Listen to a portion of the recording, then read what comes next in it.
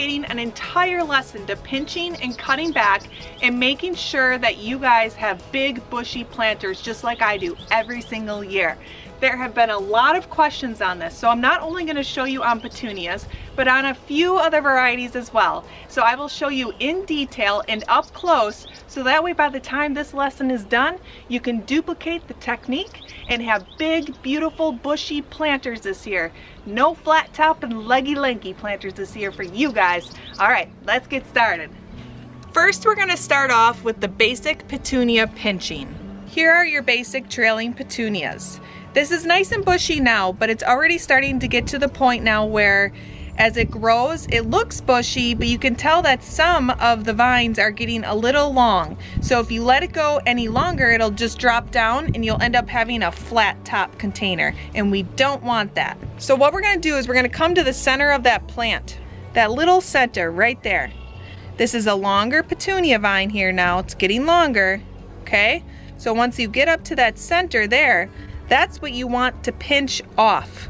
This is what it looks like. It's that little tip, and I know you're seeing a little bit of a flower blossoming bud there, but don't worry about that. This is gonna create a lot more flowers.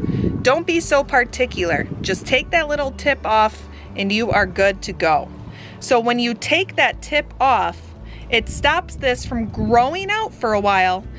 It forces all of this other growth on the plant to come out. So no longer will this be just this little vine. All of this growth will grow out, and this will be its own little bushy area on its own. Once they grow as long as this vine here, then you want to go ahead and then pinch those tips. And then as those ones grow, then you want to pinch those tips, and so on. And as all these growths grow, they all grow into each other, which actually is great because they all entangle into each other, which creates what I always call the teasing effect. You know, in the 60s when they used to tease the hair, I mean, we still do a little bit, but not like they did then. And then you spray it with hairspray and it stays big like that. That's what I'm talking about. All of those growths grow into each other, they intertwine, and they create that little bush right up there, that teasing effect, and it all sits in between, so there's no way that it can go down and go flat. So I'm gonna show you again. So right here now, this one here is starting to get a little bit longer. As you can tell, there's a growth coming out right here. There's some bushing right here on this vine. This is where it was once pinched, right here. And once it was pinched, this vine started growing out here. So what you want to do then is pinch that tip right there. So take that tip off. So then what I do is I go through and find all the different flowering vines. So here's another one that's starting to get a little long. So I'm going to go in there and take the tip off, okay? And then right here, here's another one that's growing long. I'm going to go in and take the tip off right there. You're probably wondering, how do I know when to pinch? All right, so always just kind of look through it. You don't have to look through it every day. It's once every month, month and a half. So once you hit that month mark, just start taking a look at it.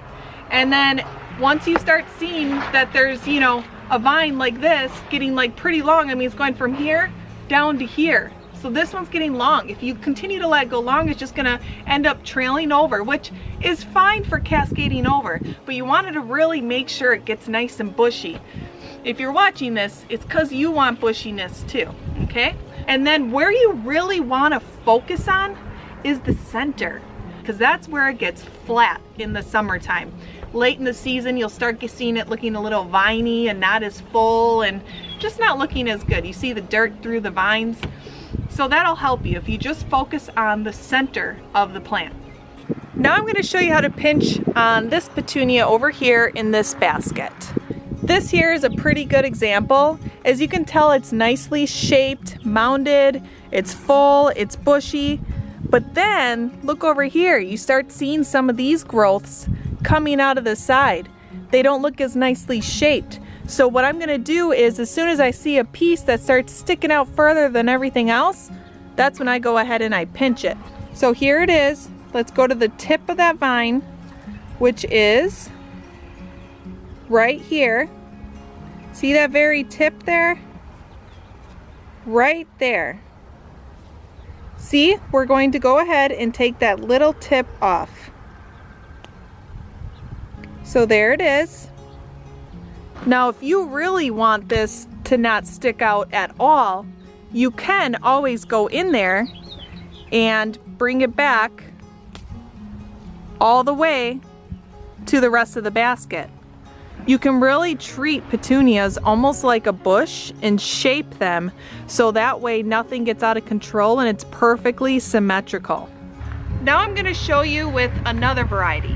As you can see, this container here, I have snapdragons in there. We just had like 2 days of complete wind, and I mean like bad wind. So because they're so tall when I planted them, and they're top heavy because of that blossom, now look at, they're just laying there. Because it's been laying on its side, all the growth now is facing up this way because it's been laying over and they reach for the sun. But I don't want the snapdragon to grow on its side the whole season and then grow like this off the side. I want it to be upright nice, and I want all the growths to come out evenly. So what I am going to do is just cut that off. You can enjoy the flower if you want, but I want it to start bushing out and growing up immediately. So all I do is take a little clipper and I am just going to cut it down right there. That does not hurt it because there's all these growths. So now that it's cut, it's gonna promote more growth along the edges, which it'll still get that tall, but now it's gonna promote more bushiness. All right, so it's the same with these too over here. They all fell over when that windstorm came. So I'm just gonna readjust that. This one I'm not gonna cut as short. If I bundle them together, I cut them at different heights. It creates a variation for the snapdragon. So I'm just gonna go ahead and cut there, cut that off. Oh, and these two, oh, they smell so good. They're so sweet. They're a butterfly attractor and a hummingbird attractor. So that's why I love having snapdragons in the garden.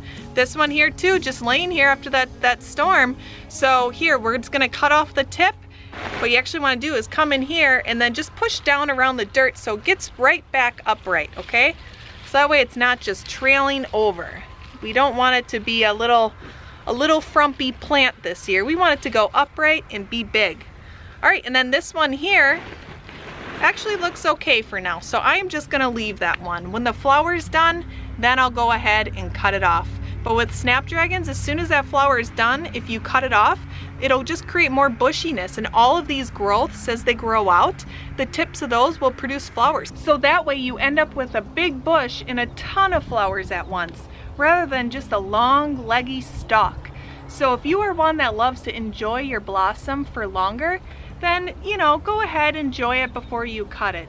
But if you're somebody that wants to get the growing season started, since here in Wisconsin we've only got a few months, I go ahead and I cut right away, so that way it can immediately bush out, and then we can enjoy all the beautiful blossoms all season long.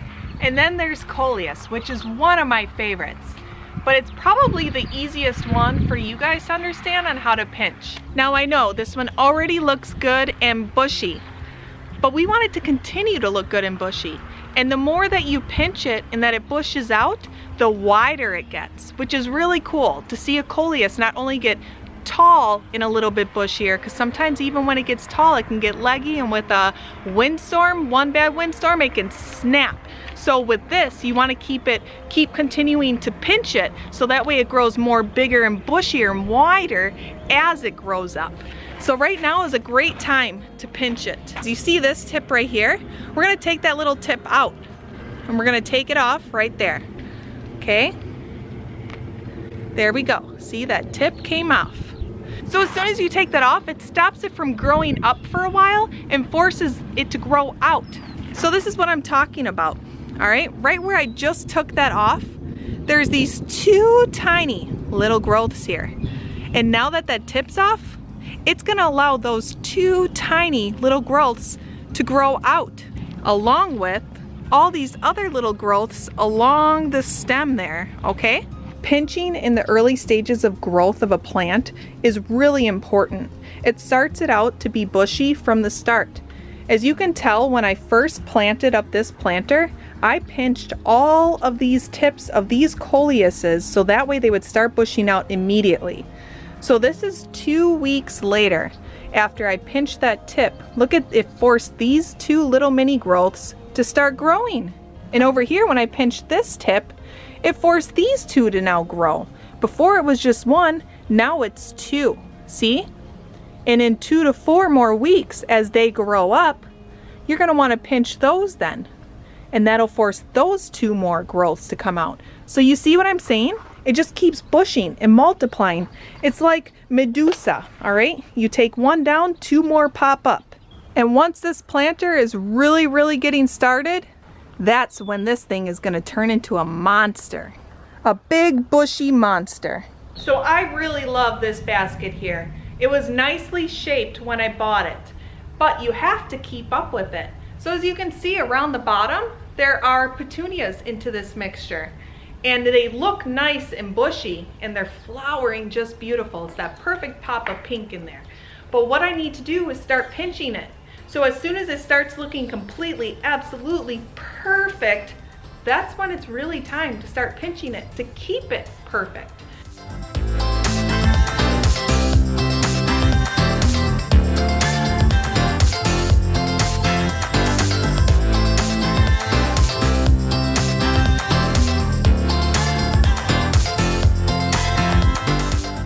Once I get through every single little tip on there, I know that this basket will be good all the way through mid to late July. This here is just a foliage trailer called Iboza vine. So with a lot of your foliage trailers, you can also pinch those. A lot of times you don't have to though. So if you like something that just trails, you know, with just long vines, that's fine. And this will still do that if you pinch it, but it'll be just a little bit fuller and bushier if you pinch it. See, it's pretty long. It comes down to here. I'm just gonna take about 3 to 4 inches off of that vine. I took that off right there. So that's gonna stop it from growing down for a little bit, and it's gonna force all the growths along this vine here to kind of bush out, because I'd actually like this vine to fill in on the side, not just have vines coming down. I want it to fill in here. So then that way it can be a bushier trailer. So that's what I do with a lot of my trailing foliages as well. Even vinca vines, your basic vinca vine you can do this with.